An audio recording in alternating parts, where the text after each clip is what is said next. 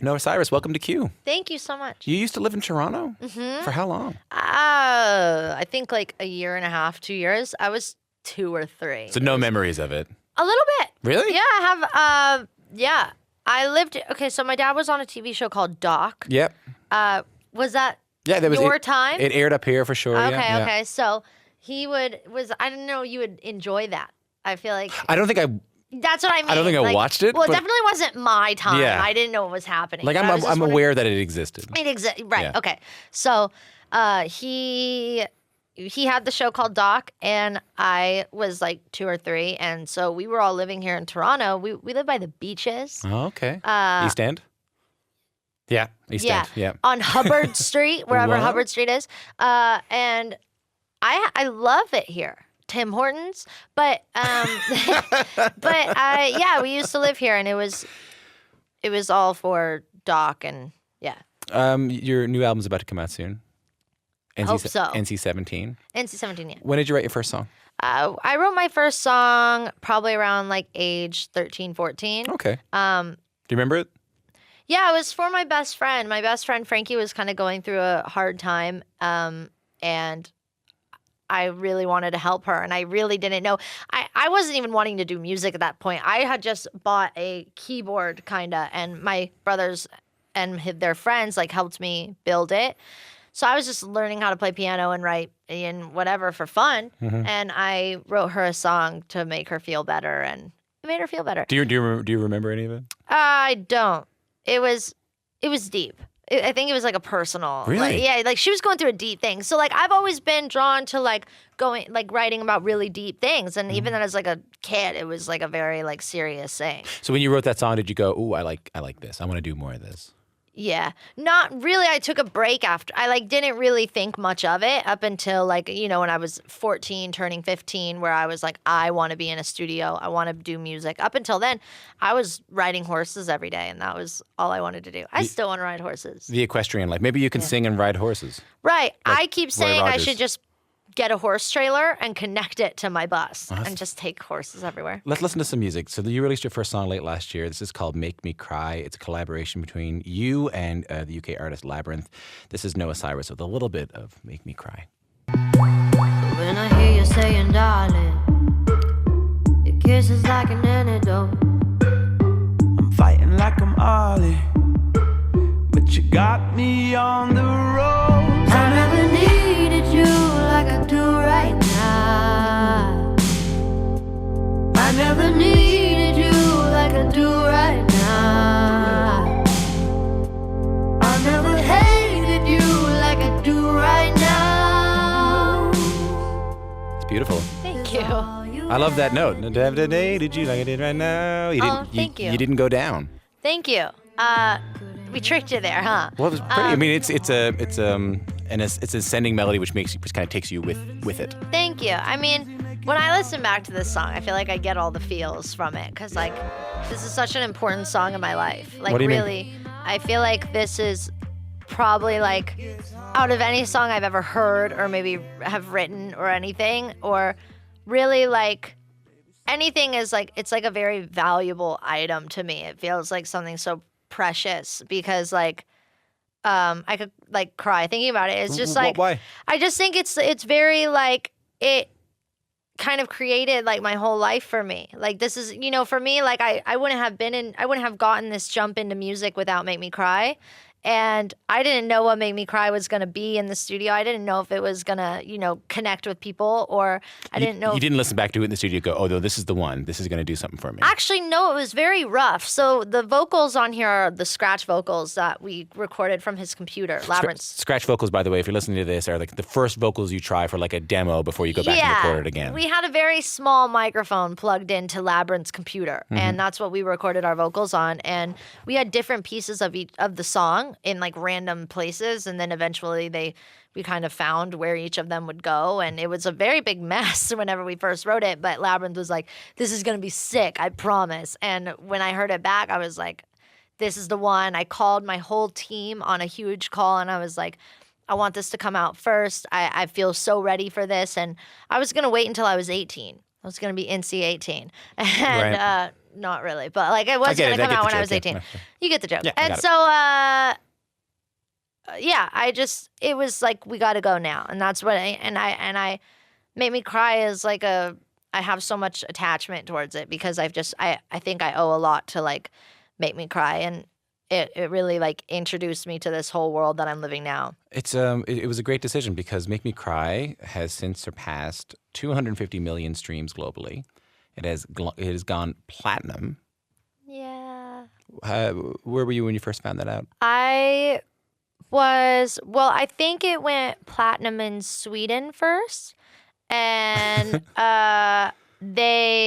we were in Sweden and I was doing a show and they brought me out a plaque. And then I was home in LA when I heard it went platinum here. Mm-hmm. And that was really crazy for me. That was so surreal and really crazy for me. And especially like, when I'm home and I have a plaque that says, platinum from where I'm from, that's really wild for me.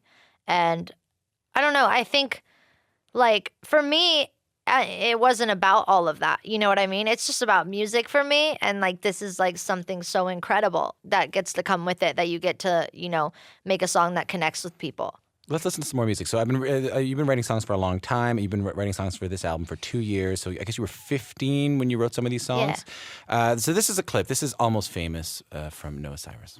Oh, we're almost legends, you and me.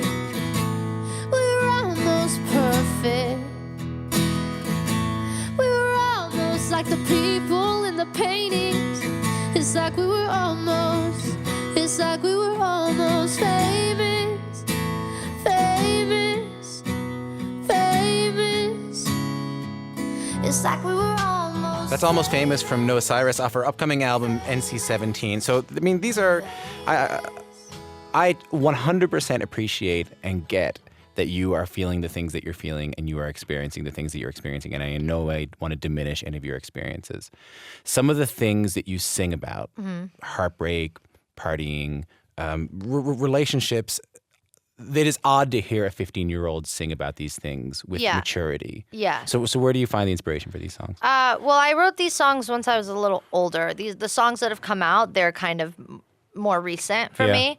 But even whenever I was younger, I was writing about these types of things. Like I always wanted to write sad songs and like love songs and heartbreak songs. And I've always been drawn towards, when I was a kid and I was in the car, it was the weirdest thing that any sad song my parents would play of like an old country song or anything that was like, that was what I fell in love with. Right, because your dad's a country singer. Yes, yeah. And my favorite songs of my dad's are all of his, Achy Breaky's a great song, sure. But like if you are gonna go and listen to my dad's music, like I would listen to my dad's heartbreak songs because that's, as a person, that's who I am, and I've always loved stuff like that. And I've whenever they were playing music in the car, I would always want to sing the ballads with them. I would always want to do that. And that's just always something that I've been drawn to. Like when I was a little girl, my dad, I think it was Terry Jacks or something. Yeah, a Canadian. Seasons in the Sun. As a Canadian guy. Yeah. And he would play Seasons in the Sun all the time. And it was such a song for a little girl to want to sing. And I swear to you, this was me at like age 5 wanting to sing this song. And it's a very sad song, a very serious song. And I've always just been drawn to music like that. If you're just tuning in, my name is Tom Power. I'm speaking with Noah Cyrus. She's on tour right now with Katy Perry. This is your first stadium tour. How you feeling? How you doing? This is traveling all the time. You're on a bus? Yeah, I love it. I love being on a bus. My band they're like my best friends, and it's a really cool family that we've like all kind of created. And are you getting tired at all?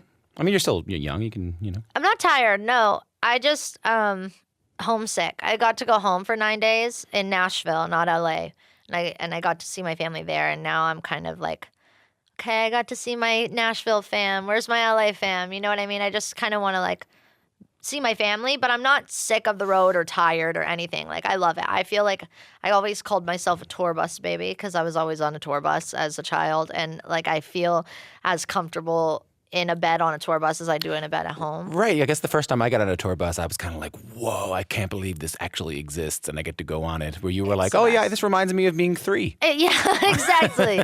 It's the best thing in the world. I love it so much. It's been an amazing experience for me to be able to go on tour with Katy Perry. She's amazing. Yeah, she's incredible. I love her so much. Great songwriter, too. She's incredible. I think she's just overall as an artist and a person, she really is just beautiful. Do you guys ever talk? Does she ever give you advice? You know what? It's weird.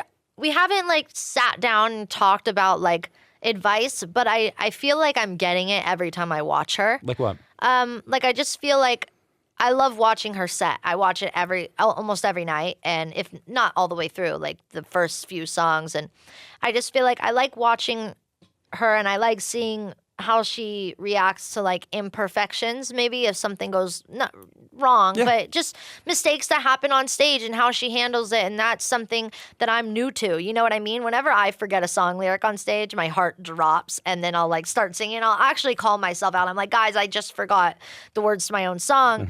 And I think she also carries things like that very well. I haven't heard Katy Perry forget the words to her songs, but I'm just saying like she's very good with, you know, being in front of a huge audience and, you know, she's so experienced with it. I'm not. I'm very new to it. And I used to have terrible stage fright. Now I actually feel more comfortable on a stage than I do off. How'd you get over your stage fright?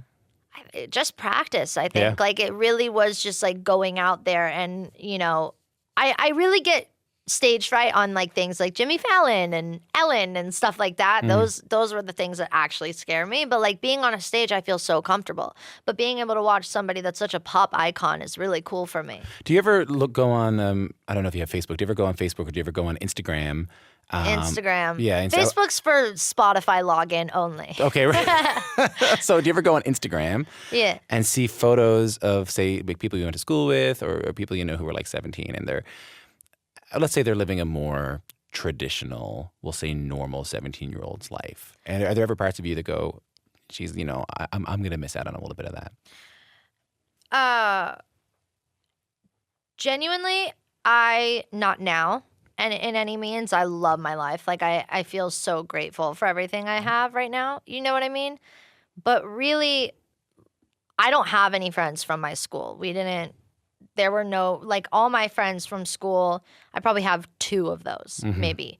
You're a bit of an outsider. Yeah, they weren't very nice to me at school. And really? it had, you know, I think it had a lot to do with, I hate saying like jealousy, but I think it was more of, this was a school that went from 8:45 to 1 o'clock, and it was for actresses only and stuff like that were supposed to go on auditions and all this stuff. And I didn't do that.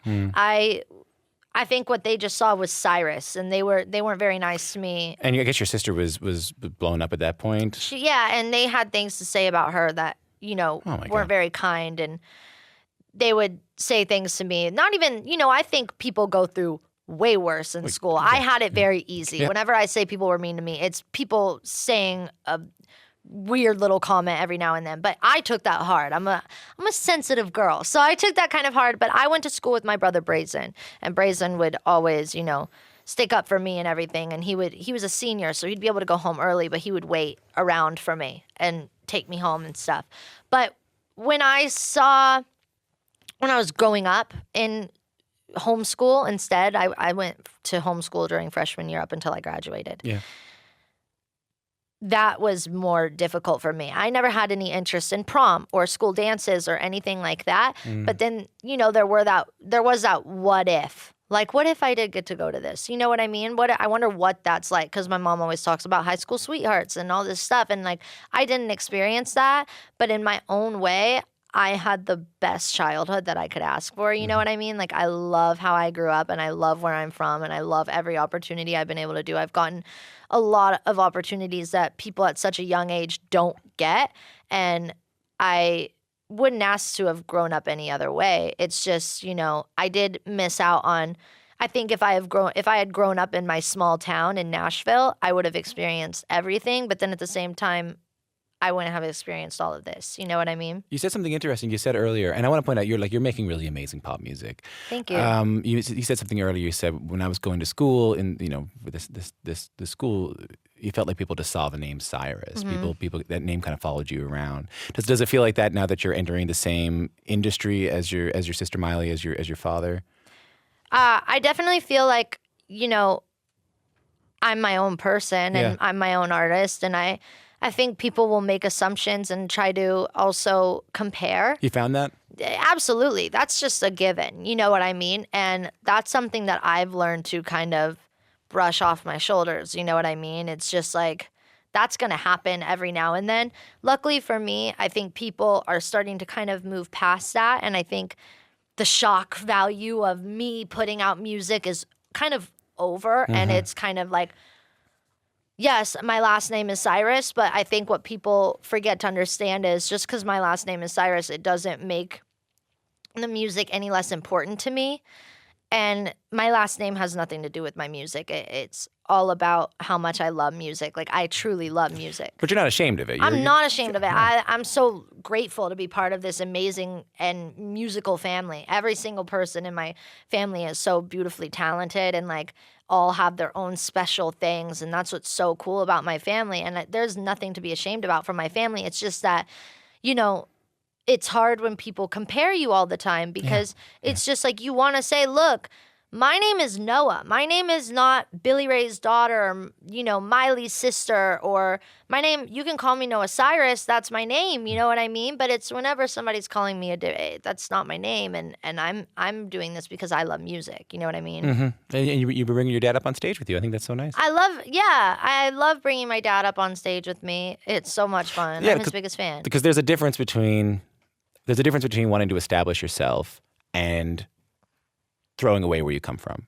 And it seems as though you found that nice It's medium. a happy medium. Yeah. And there's the right times to mix the two. You know what I mean? And my dad taught me, if you're not having fun, then whatever you're doing is not working. And if you feel like you're working, then you're not happy.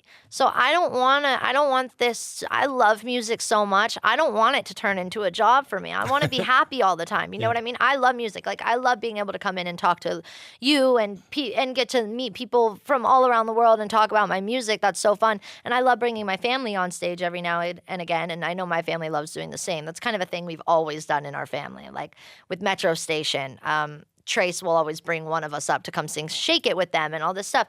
We love being a part of our family, but I understand, as all of us being individuals, we like being ourselves and known for us and not only just one big family. You know what I mean? Yeah, I know what you mean, but I can't imagine what that's like. It's definitely different. I want to ask this, and just one more question on your family, and that's it. Yeah. But is that you are also being written about in the press an awful lot right now. Like, in researching for this interview, I must have read 13 articles about Noah Cyrus. So you're under some press scrutiny. People are looking at you. I will say, I think your older sister, Miley, is one of the most heavily scrutinized pop culture people of the past 10 years. I'm a very big fan of her music. Oh, thank you. Me too. But she has been under the gun. She's been under the wire. Yeah. Has she ever talked to you about that, given you any advice? Yeah, I mean, she's taught me to ignore it, but I think that's so sad that Miley ever had to go through that. And I think that's a lot of, that's a big thing that people go through in this industry. Miley's very strong and has very thick skin, and that's something she's taught me to have. And since Miley was a little girl, people like Perez Hilton was targeting her, and then he moved on to me, and now he's going to move on to other people. But that's something Miley did go through for a long time, and I think still goes through. And that's something I'm going to go through, and the next artist is going to go through, and the next artist. And that's a thing that I think comes with it. And what Miley's really taught me is thick skin is something you've got to grow. You know what I mean? As you grow, you got to get some tough skin because, like you said, Miley's been under the gun a lot. You know what I mean? And that's something that's going to happen to me as well. And that's okay. I'm definitely ready for it. Like I said, I love music so much, and so does Miley. I think it's all worth it at the end. It's about remembering why you're doing this. Exactly. In the first place. Yeah. It's like whenever I want to clap back at somebody on Instagram, or whenever I want to read awful article on me and I want to get mad and I want to tweet the article so bad and be like, why would you say, you know what I mean? Then I'm like, you know, my dad always told me stand still. Mm-hmm. I have it tattooed on my arm and it's like, whoa, chill out. Like just stand still, leave it alone, remember why you're doing it and go on. You're starting out here. You're about to release this album. It's just kind of all beginning for you right now. In Yeah, some ways. absolutely. What does success look like? What do you want to have happen?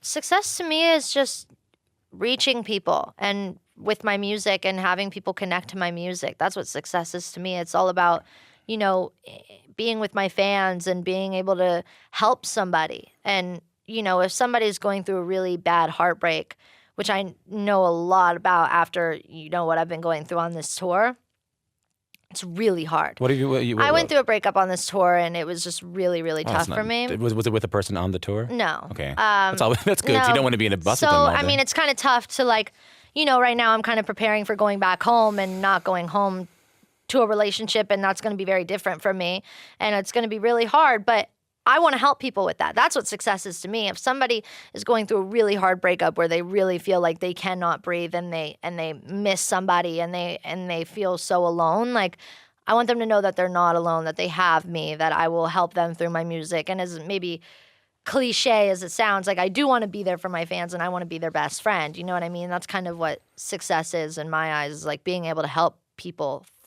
through my music. No, Cyrus, it's been a real pleasure talking to you. Thank you so much. Thanks for coming in. Thank you.